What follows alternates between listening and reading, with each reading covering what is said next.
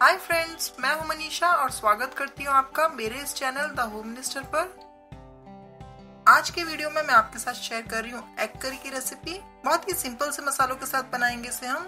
Friends, ये एकदम dhaba style egg curry बनाने वाले हम। खाने में बहुत ही टेस्टी लगती है और बनाने में एकदम आसान है। तो चलिए बनाना शुरू करते हैं ये स्वादिष्ट एग करी। गैस ऑन कर मैंने कढ़ाई रख ली है और इस एग करी को हम सरसों तेल में बनाएंगे। फ्रेंड्स, मस्टर्ड ऑयल से इस करी का स्वाद और भी अच्छा आता है, इसलिए मैं सरसों तेल का यूज कर रही हूँ। तो यहाँ पर मैंने 3-4 चम्मच भरकर सरसों तेल डाला है और इसे अब हम अच्छे से गर्म होने देंगे। तेल अब अच्छे से गर्म हो चुका है, इसमें से धुआं आने लगा है। तो इसमें अब हम डालेंगे उबले हुए अंडे। फ्रेंड्स, जैसे ही हम अंडे डालते हैं तो तेल के छींटे आने लगते हैं, तो आप जल्दी से इसे ढक दीजिए।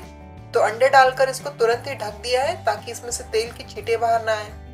अंडों के साथ मैं आलू भी मिला रही हूँ फ्रेंड्स। तो मैंने यहाँ पर 3 उबले हुए आलू भी डाले हैं और अंडों के साथ इन्हें भी फ्राई कर लेंगे। 6 अंडे और 3 उबले हुए आलू का रेशियो है ये।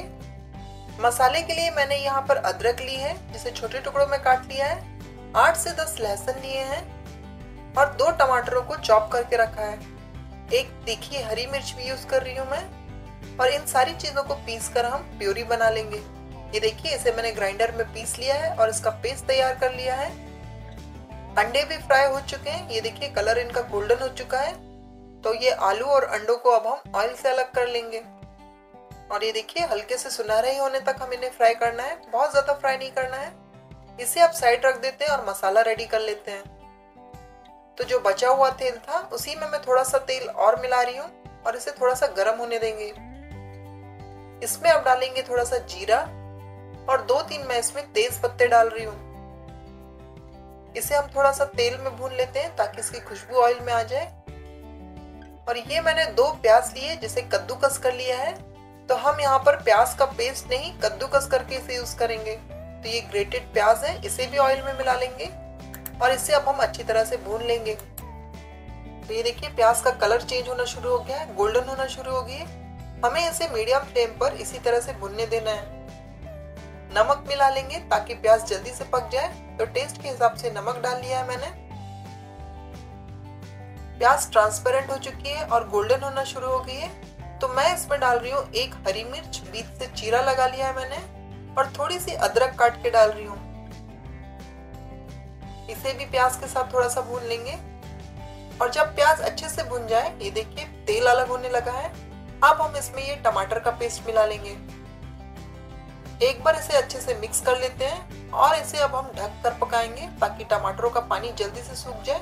इसे बस कवर कर दीजिए और टमाटरों का पानी पूरी तरह सूखने तक इसे पका लेंगे।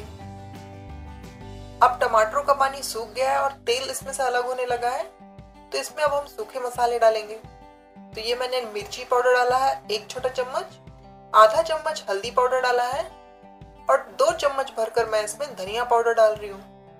गरम मसाला डालेंगे, ये मैं आधा छोटा चम्मच भरकर डाल रही हूँ। और बस इन सारी चीजों को मिक्स कर अब हमें अच्छे से भून लेना है मसाले को। तो इसे मीडियम फ्लेम पर हम 2 मिनट के लिए चलाते हुए भून लेंगे।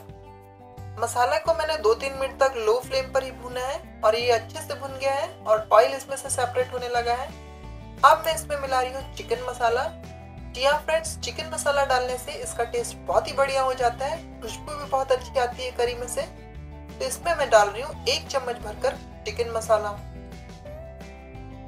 तो ये 1 टीस्पून भरकर मैंने चिकन मसाला मिला लिया है। इसे भी मिक्स कर हम थोड़ा सा भून लेंगे मसाले के साथ। अब ये हमारा मसाला बिल्कुल तैयार है। इसमें मिला लेंगे अब अंडे और आलू। ये देखिए फ्रेंड्स, मैंने अंडों में इस तरह से चीरा लगा लिया है। तो चाकू से बस थोड़ा सा निशान लगा लीजिए और आलूओं को मैंने थोड़ा छोटा काट लिया है। इन्हें अब हम मसाले में मिक्स कर थोड़ी देर के लिए भून लेंगे।